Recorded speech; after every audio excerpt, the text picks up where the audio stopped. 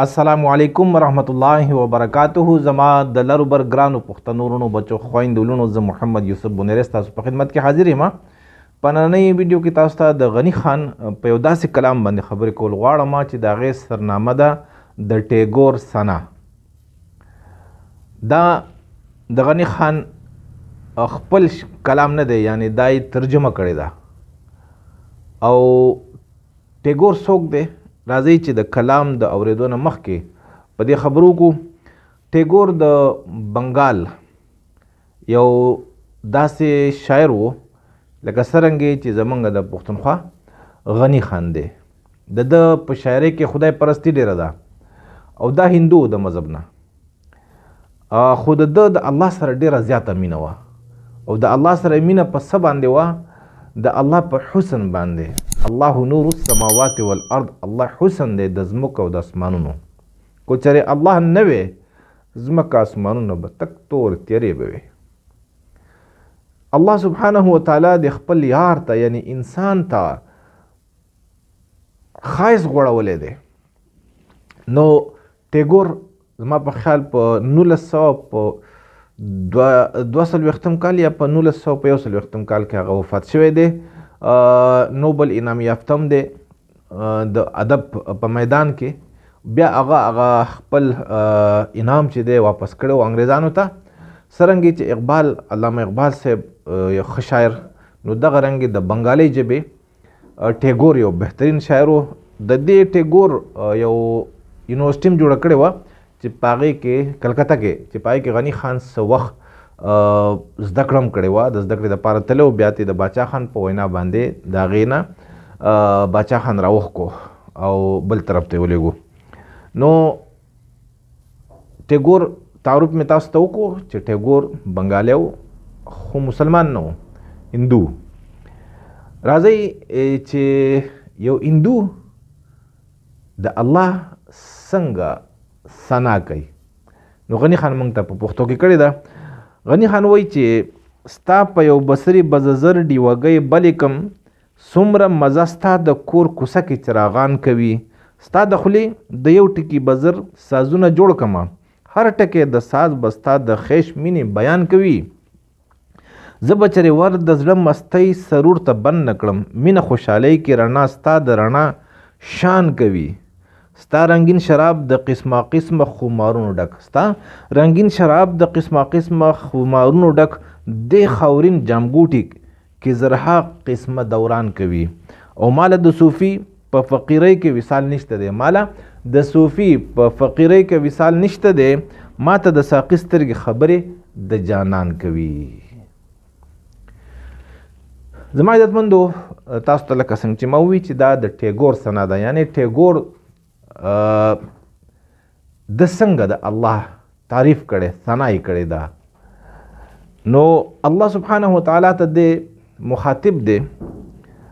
او زه ته بله خبر کوم چې الله زمونږ خدای نه دی یوازې، ښه دا د ټولو کائناتو رب دی. موږ مسلمانانو پې قبضه کړې ده او موږ یرغمال کړی دی. بیا په مسلمانانو کې مولانو او پیرانو یرغمال کړی دی او دا زمونږ دی.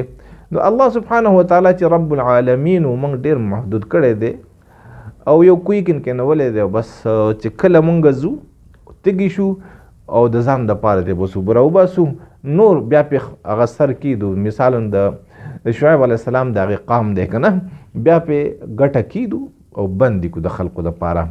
الله سبحانه وتعالی رسول پاک صلی الله علیه وسلم را لیږلی دی ټول جهان ته د پیغام رسولو دپاره چې هر انسان ته زما تعارف وکړه، زما پیژنګلو وکړه او تمام انسانان ما طرف ته را وبله چې زما سره مینه شروع کړي. په دې کې د نبي علیه السلام امت دا د قیامته پورې دی، عرب عجم او یو یعنی هر قام دپاره دی. انی رسول الله الیکم جمیعا، چې زه د ټول انسانانو دپاره پیغمبر را لګلی شویم. الله سبحانه وتعالی خپل پیغمبر ته دا حکم کوي. نو مقصد مې دا دی چې یاره یو هندو هغه هم د الله حسن ستایلی شي، هغه هم د الله سره مینه کولی شي. دا بیا خبره ده چې په رسول پاک صلی الله علیه وسلم باندې ایمان نه و راوړی، نو آخرت کې به د هغه سره څنګه معامله کیږي؟ د نرمۍ معامله به یا به د سختۍ معامله؟ هغه به داسې معامله نه څنګه چې د مؤمن سره کیږي، خو څه نرمي کېدی شي ځکه چې په الله مینو. نو مقصد مې دا نه چې الله بخلی، داسې نه چې د مولانا نه پسې راپاسي چې یاره تا یو هندو ته وایي چې الله بخلی دی، نو دام نه یم. خو د ده سره به د داسې خلکو سره چې څوک په الله میني، هغه کو په رسول پاک صلی الله علیه وسلم باندې ایمان نه راوړی، دوی سره به نرمه معامله کېږي ځکه چې دنیا کې مینه کړې ده په څه نه څه شکل کې. نو د الله ته مخاطب دی وایي چې ستا په یو بصري به زه زر ډیوګۍ بلې کړم. الله نور السماوات والارض دی که نه.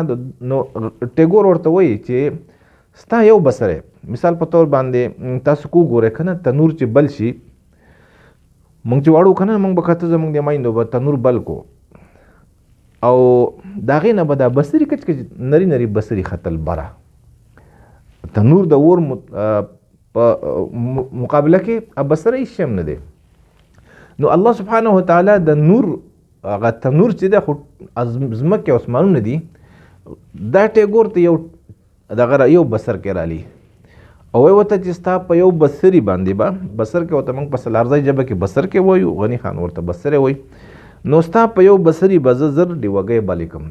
یا ای الله تو خو یې د اسمانونو د ځمکو رڼا، خو ستا یو بصر چې دی که نه چې ما ته دې را بخلی دی، زما زړه ته تا د خپل نور یو بصر را بخلی دی، د دې نه به زه زر مقصد دا نه چې صرف زر که نه بې حسابه په زرګاو په لکاو په کروړو په اربونو ډیوې بلې کړم. کومې ډیوې چې هغه مړې شوي، یعنی په کومو زړونو کې چې د الله سبحانه وتعالی د محبت ډیوې مړې شوي دي، نو دا تا چې ماته یو بصر راکړی، دغې بصرې نه به زه په بې حسابه بې شماره ډیوګۍ بلې کړم. او دا تاسو یې نه لکه بصرې به مونږ یاره کو زه ویم چې را د پیغمبرانو تعلیمات، د پیغمبرانو راتګ دا هم بصري دي. او بصري به ورته ځکه ونه وایو ځکه چې هغې خو د هغې تشبیه موږ بصر کو ته نشو ورکولی ځکه چې هغې ډېر لوی الله وله رڼا ورکړی. بهرحال د الله ولیان چې دي نو د دې تعلیمات هم د دې د تعلیماتو په وجه باندې څوک چې په الله باندې مینې د الله سره مینه کوي، نو د دقه مینه د دقې مینې بصري چې دي هغه مړه زړونه چې دی هغو له هغه توانایي ورکوي، رڼا وله ورکوي، منور کوي. نو ستا په یو بصري به زه زر ډیوګۍ بلې کړم. د الله سبحانه وتعالی د مینې رڼا چې ده دا به ځان سره خوندي کوي نه، بلکې په دې باندې به نور ډیوې چې کوم مړې شوي دي دا به بلې. د الله مینه داسې ده، مثال په طور باندې یو هلک په یو جینۍ باندې مین دی، یعنی لیلا باندې مجنون مین و، نو مجنون نه غوښته چې لیلا یې د بل شي یا د لیلا په مینه کې د نور څوک هم ګرفتار شي. دا مجازي عشق دی. خو د الله مینه داسې ده چې څوک پې مین شي نو دی غواړي چې یاره زما په دې الله دې دا ټوله دنیا مینه شي، ځکه د مینې خو لایق هم دا ذات دی، لا اله الا الله، د مینې کولو لایق صرف الله دی.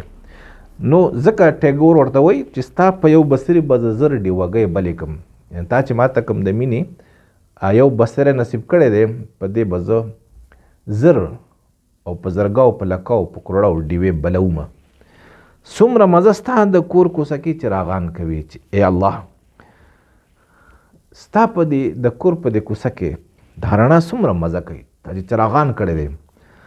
یعنی د کور کوڅه څوک ده؟ د کائنات ځمکه اسمانونه، په دې کې چې دا رڼا الله سبحانه وتعالی خوره کړې ده، د شپې د ستورو چراغان وي، سپوږمۍ پکې وي، د ورځې نور وي، ګلونه وي، ابشارونه وي، باغونه وي، صحراګانې وي، د انسان خپل ښایست. نو د الله سبحانه وتعالی کوڅه چې ده، یعنی کوڅه چې انسان د چا ځای ته ځي، چادر ته ځي، نو دی په کوڅه باندې تېرېږي. موږ د الله سبحانه وتعالی معیت ته روان یو، انسانان د الله معیت ته روان دی، نو دی به په کوڅه تېرېږي. کومه کوڅه چې د جانان کور ته تللی ده، د څوک چې چا کور ته ځي د هغه کور ته تللی، هم په هغې کوڅه به تېرېږي. بله کوڅه چې د هغه کور ته نه تللی، نو دی کو پې تېرېږي نو وبه نه رسي. نو د الله سبحانه وتعالی کور ته، یعنی د هغه معیت ته، کور موږ دا نه وایو څنګه چې زموږ کورونه دي که نه، د هغه معیت ته کومه کوڅه تللې ده د حسن، یعنی انسان د حسن پرست شي، په الله د مین شي. او حسن څوک دی؟ الله دی.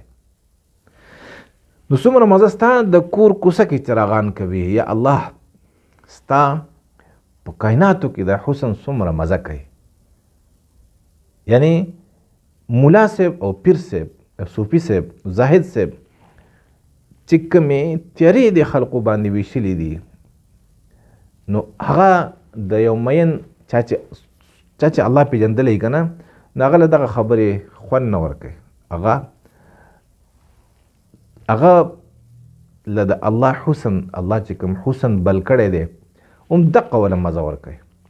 نو څومره مزه ستا د کور کوڅه کې چراغان کوي. دا د الله سبحانه وتعالی په کائناتو کې چې دا مزه کوي، نو دا حسن دی، رڼا ده، چراغان دي. او دا یې چاته کړی دی؟ مثال په طور بادشاه دی، بادشاه کور ته روان وي، د هغه کور چې بالکل کوڅه یې تکه توره تیاره، نو مزه خو نه کوي. بیا سړی یېرېږي چې دا بادشاه دی کوڅه دی. خو دې الله سبحانه وتعالی خپلو مینو له چې کومه کوڅه جوړه کړې ده، نو په هغې کې ورته حسن خور کړی دی، چراغانې ورته کړې، رڼاګانې وله ورکړي دي. ستا د خولې د یو ټکي به زر سازونه جوړ کړمه، هر ټکی د ساز به ستا د خیش مینې بیان کوي. او یا الله ستا قول، ستا قیل و قال چې ورته مونږ وایو که نه، ستا یوه خبره، یعنی د الله سبحانه وتعالی چې د انسان سره کله مخاطب شوی دی، ډېر په خوږ انداز کې مخاطب شوی دی. قل یا عبادی الذین اسرفوا علی انفسهم لا تقنطوا من رحمت الله ان الله یغفر الذنوب جميعا انه هو الغفور الرحیم. اے پیغمبران، زما انسانان ته ووایه، زما دغه ته مینو ته ووایه، زما معشوقو ته ووایه، هی هغه معشوقو چا چې په خپل ځان باندې ظلم کړی او زما سره یې لا تر اوسه پورې مینه نه ده کړې، ورته وایي زما سره مینه شروع کوي، ستاسو ګناهونه به زه ټول معاف کړم. او بېشکه زه ګناهونه هم معاف کوم او مینه هم کوم. بیا نو د الله سبحانه وتعالی هر قول چې د انسان د ښېګړې دپاره دی، د انسان له د رڼا د ورکولو دپاره دی، انسان له د ژوند ورکولو دپاره دی، هم دنیوي ژوند ورکوي، هم اخروي ژوند ورکوي، چې څوک پې پوه شي او څوک پې عمل کوي. نو ټیګور ورته وایي ستا د خولې د یو ټکي به زر سازونه جوړ کړم. ستا د خولې د یو ټکی چې د دې نه خو به زر سازونه، د زرو مقصد دا نه چې صرف زر پوره کړه، نه پشمار نه، دا زر مقصد چې بې حسابه، د دې نه به زه بې حسابه ژوندونونه جوړ کړم. ستا ته یوې خبرې باندې خو د کروڑاو د اربونو انسانانو د دواړو جهانونو ژوند جوړیږي. ته هغه ذات یې، ته یعنی معمار یې، د کائناتو معمار او د انسان د ژوندونو، د دواړو ژوندونو هم معمار. نو دا بس انسان به که ژوند جوړی، انسان که په ژوند کې خوشحالي راولي، که په مرګ کې خوشحالي راولي، د مرګ نه پس که خوشحالي راولي، نو دا د الله سبحانه وتعالی د خولې د خبرې نه بغیر نشي راوستلی. او هر ټکی د ساز بستا د خیش مینې بیان کوي. کم زړه ته، کم ژوند ته چې ستا د خولې د خبرې نه ساز نصیب شو، خوشحالي نصیب شو، ژوند نصیب شو، نو هم هغه ژوند، هم هغه ساز، هم هغه انسان به څه کوي؟ هر ټکی د هغه د خولې نه چې کم لفظ راوځي، نو هغه به هم ستا ښایست او ستا مینه بیانوي، د دې نه علاوه به نور څه نه بیانوي. دا نن چې موږ بکواس کوو، کله د صدر خلاف، کله د وزیر اعظم خلاف، کله د امریکې خلاف، کله د روس او د چین خلاف، کله د یو خلاف، کله د بل خلاف، ماده په زړه کې پرته ده. د الله پرس د ده نه چې خبره راوځي، نه هغه د الله سبحانه وتعالی سره د مینې او د الله ښایست بیانوي به. هر ټکی د ساز به ستا د خیش مینې بیان کوي. د هغې ساز هر ټکی به ستا د ښایسته مینې، ستا د ښایست، ستا د حسن او ستا د مینې بیان کوي. دا به خلقو ته نه وایي چې قهار دی، غضبناک دی، عذاب ورکوونکی دی، نه نه، ستا ښایست په بیانوي، ځکه چې هغه د هغه ژوند ستا په مینه باندې جوړ شوی، ستا د خولې په خبره باندې د هغه ژوند هغه ته خوشحالي نصیب شوي دي. زه به چرې ور د زړه مستۍ سرور ته بند نه کړم. زړه د کیفیاتو ځای دی، دې کې کیفیات را ننوځي. یو غم دی او یره ده، بله خوشحالي ده او مینه ده. نو مستی ده. ټیګور وایي چې زه به چرې ور د زړه مستۍ سرور ته بند نه کړم. زما زړه ته چې ستا د مینې، ګوره څوک چې په الله مینې دی مستي، د بادشاهي پریخي، د سرداري پریخي، لکه غني خان چې موږ والو، رحمان بابا چې والو، دی وږی تږی نه وي چېرې زه به صدر جوړېږم او زه به وزیر جوړېږم، زما زوی به وزیر جوړېږي، دغه شی به نه وي. زه به مقابلې ته ودرېږم، دغه نه وي.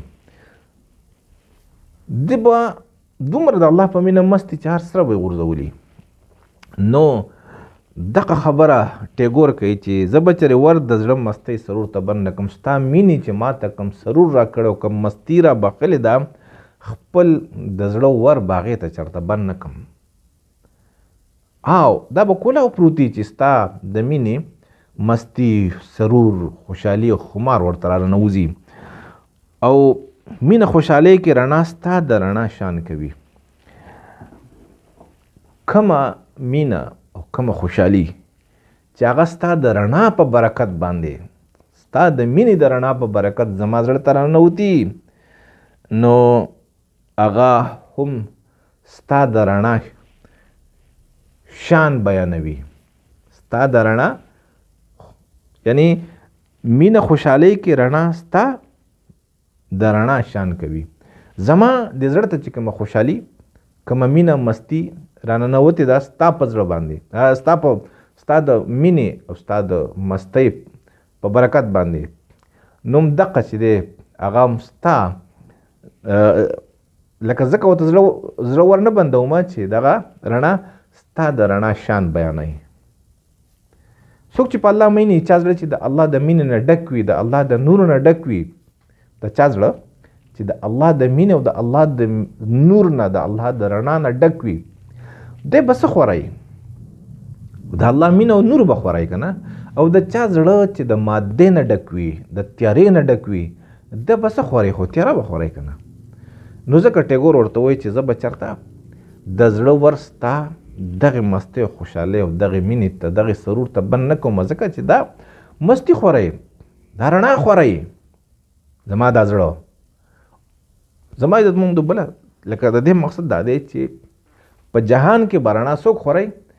د چا په زړه کې چې د الله د مینې او د الله د رڼا ډیوه بله شوي، چې غیر الله پکې پروت دي، د ده نه به تیارې خورېږي. تاسو وګورئ غني خان دی که نه، دغه شان ټیګور دی. موږ د ده لکه بې قدري دا نه کوو چې د هندو نه، که هندو مو زموږ دپاره یو لوی انسان، ځکه د دومره خبرې دا څوک کولی شي؟ دا په الله باندې مین و، ټیک ته د هغه خپله خوښه وه، مسلمان شوی نو، او کیدای شي چې الله والا په آخر کې سود یې پې کړی، مسلمان شوی، دا هم پټې معاملې دي. الله دې کړي، زما دا ګمان دی الله رښتیا کړي. نو دا هم د دې خلقو برکت دی. چېرې موږ ته نن د الله رڼا را محسوسېږي، نو دا د غني خان، د رحمان بابا او ټیګور ته وګورئ، علامه اقبال صاحب ته وګورئ، د دې خلقو د رڼا په برکت باندې دا رڼاګانې خورېږي. او ستا رنګین شراب د قسمه قسمه خمارونو ډک. دا تا چې کوم رنګین شراب، یعنی د مینې شراب او رنګیز شراب په ما باندې څکولي دي، نو دا د قسمه قسمه مستونه، د قسمه قسمه نشونه، د قسمه قسمه خمارونو نه ډک دي. بعد شراب دی چې څوک وڅکي نشه کېږي نه، خمار کېږي نه، خو د الله د مینې شراب چې څوک وڅکي، دی په خود کې نشي پاتې کېدی، دی به خامخا د خود نه وځي، دی به خمار کېږي. او هغه خمار چې د قسمه قسم خمار دی، ستا رنګین شراب د قسمه قسمه خمارونو ډک، دی خاورین جامګوټي کې زرها قسمه دوران کوي. اوس ضروري نه چې یاره مسلمان دی په الله مین وي. دا ټیګور دته هم الله د خپل مینې شراب ورکړي وو، نو دا یو ځان له رنګ او ځان له خمار په ده کې و. یعنی مسلمان دی دعوه نه کوي، مسلمان خو نن څه دی؟ ماده پرست دی، خو الله پرست نشته، خدای پرستی درته ښیي. شاعر د الله مین د ته څه ښیي خدای پرستی چې په الله مین شي. نو ستا د کم شراب چې په ما باندې د مینې څکولي دي د قسمه قسم خمارونه انسان له ورکوي. د خاورین جامګوټي کې زرها قسمه دوران کوي. دا خاورین جامګوټی دی، یعنی جام څه ته وایي که نه، مخکې چې موږ به اوس هم په دې کلو کې زما په خیال به وي منګي به و، د منګي د پاسه به جام و، چاټۍ به وي، پایجام کې به موږ اوبه څکلی. اوس خو د ګیلاسونو دور دی، والله عالم چې څه حال به وي. نو دغه جام هغه به بیا خو سلور زموږ په زمانه کې، زموږ زمانه مخکې د خاورو جامونه به وو. نو دا انسان چې دا جسم خاورین دی، نو د خاورین جامګوټي کې زرها قسمه دوران کوي. د الله د مینې شراب چې دی چونکې دا خاورین جامګوټی دی، نو د زغملی نه شي، د کې په زرهاو قسمو باندې یو دوران، یعنی د کې قسمه قسم نورونه الله پیدا کی، په دې کې قسمه قسم شان الله پیدا کی، د له قسمه قسم خمار ورکی، ځکه چې جامګوټی خاورین دی او شراب د الله د مینې دی، نو د ټینګېدی نه شي. د خاورین جامګوټي کې زرها قسمه دوران کوي. د یعنی زه تاسو ته څه ویم، لکه ما سره هغه الفاظ نشته چې دا جامګوټی خاورین دا خاورین جامګوټ چې دی که نه، د په زرها قسمه د هغې اظهار کوي، د هغې خمارونو. لکه ټیګور هم یو خاورین جامګوټی و، مسلمان نه و، د الله د مینې چې الله پې د خپلې مینې شراب څکلي و، دی په کم انداز باندې اظهار کوي. غني خان په کم انداز کوي، علامه اقبال صاحب په کم انداز کوي، خوشحال بابا او رحمان بابا په کم انداز کوي. نو دا ټیګور دغې ته اشاره کوي. او بیا په اخر کې ورته وایي چې ماله د صوفي په فقیرۍ کې، ماله د صوفي په فقیرۍ کې وصال نشته دی.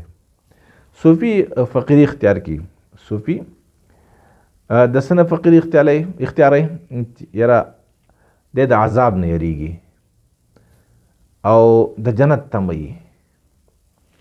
نو عاشق بالله چې د ده په عذاب او په جنت او په دوزخ یې څه کار نشته که نه، لکه غني خان چې وایي چې په جنت او په دوزخ مې څه کار نشته، د دې دواړو بره ما لیدلې لار. نو دا په الله مین چې د ده په دغې خبرو کار نه.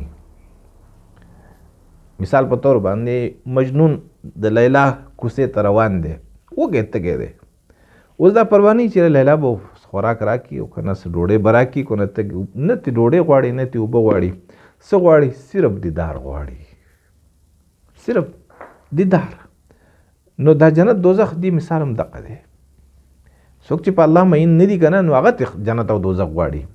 څوک چې په خپل ځان باندې مین دي، نو د خپل ځان دا هم ښه خبره ده، څه بده خبره نه ده، خو د درجاتو کې بیا کمی راځي که نه. کوم چې د الله عاشق دی، نو هغه سابقون هغه بالکل د الله سره واصل وي، هغه الله ته رسېدونکي خلق، دا هم ښه خلق دی.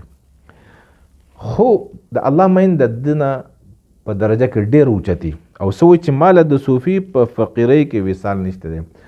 که زه د صوفي په شان فقیري اختیار کړم، نو په دغه کې ما ته الله نه میلاویږي. ما ته به الله میلاویږي په څه کې؟ په مینه کې.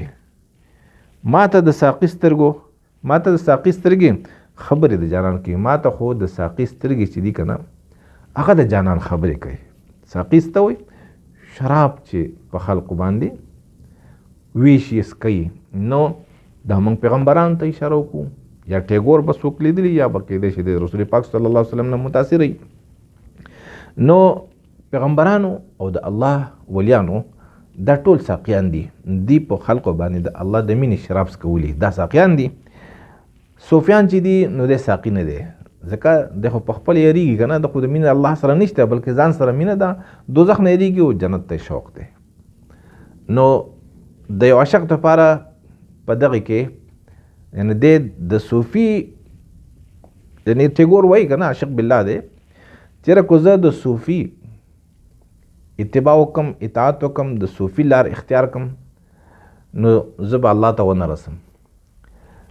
زه به د ساقي سترګو ته ګورم، ځکه چې د ساقي سترګې ما ته جانان خبرې کوي، د صوفي سترګې خو د دوزخ خبرې کوي، د جنت خبرې کوي، د عذابونو خبرې کوي، د انعامونو خبرې کوي، د کاروبار خبرې کوي. او د ساقي سترګې هغه ماته د جانان خبرې کوي. یعنی د عاشق بالله په لاره باندې تک چې دی په دې به ماته الله ملاویږي. نو دا ټیګور د ځان دپاره نه ویل، دا د هر انسان دپاره دا یو ضابطه ده چېرې کو الله ملاویږي او الله سبحانه وتعالی دیدار موږ ته نصیب کېږي، نو هغه دغه یو لار ده، د مینې لار ده. او صوفي په غلطه دی؟ نه، په غلطه نه دی. زاهد په غلطه دی؟ نه، په غلطه نه دی. څوک چې ځان د ګناه نه بچ کړي او د په برخه باندې څه ګناه نه نو دوزخ ته نشي تللی، او ایمان والی که نه دی دوزخ ته نشي تللی، نو دی د دوزخ د یارې نه ګناه نه کوي، معاشره کې دی یو ښه ژوند تېری، نو هم جنت ته به ځي. ځکه چې الله سبحانه وتعالی معیت چې دی هغه د پاکو خلقو دپاره دی. او د چې کوم دی یو زاهد چې دی، یو صوفي چې دی، هغه کو د ګناهونو نه ځان په هره تمه کې او د هر امید په برکت باندې بچو ساتي، بس د دوزخ نه بچ دی. او یو عاشق بالله چې دی هغه د الله په مینه کې مست دی، نو هغه په ګناهونو او په ثوابونو یې څه کار نشته دی، هغه بس روان دی، یو تګ دی. زما عزتمندو دا د ټیګور ثنا وه چې د الله تعریف یې کړی دی. یعنی په دې کلام کې خلاصه د کلام دا ده چې الله سبحانه وتعالی نور السماوات والارض، الله سبحانه وتعالی رڼا ده، دل او په رڼا ځي. یره غني خان یرې ته یو کلام لیکلی، هغې ته تیاره لیکلي که نه، پیره یې ورته لیکلی دی، نو هغه تیاره ده. یره چې ده هغه تیاره ده. کیدای شي یو انسان لکه صوفي دی، زاهد دی، د الله نه یریږي، نو کیدای شي دی په تیاره تیاره کې ورسي الله ته. خو دا رڼا چې چا سره ده، یعنی څوک چې الله سره مینه کوي په حسن باندې، دی خو خامخا ځکه د لار رڼا د چراغان دي، دی به الله ته رسي. مقصد دا دی چې انسان الله طرف ته په سفر کې دی او د په ذمه دا دی چې دی د الله معیت حاصل کړي، او د الله معیت بغیر د حسن پرستۍ نه، بغیر د رڼا پرستۍ نه د الله ته نشي رسېدی. نو راځئ زما عزتمندو چې موږ هم په الله مین شو او موږ هم خپل زړونه رڼا کړو، خپل زړه ته د الله مینه کوزه کړو، او بیا لکه د ټیګور او د غني خان څه چې هر ټکی د ساز بستا د خیش مینې بیان کوي، او دا رڼا بیا موږ ټولې انسانانو ته ورسوو. ځکه چې هر ټکی د ساز بستا د خیش مینې بیان کوي. زمونږ زړه کې چې کله د الله مینه نو بیا به دا د الله د مینې او د ښایست خبرې کوي. چې کله دنیا مینه ورته راله نو بس بیا به دنیا خبرې چلیږي. زما عزتمندو د دنیا مینه تیاره، د الله مینه رڼا. نو الله ته به رسو په رڼا باندې، او هغه د الله مینه. کو چېرې ستاسو دا خبرې خوښې شوي د الله رضا دپاره نورو خلقو ته ورسوئ. الله مو خوشحاله کړه.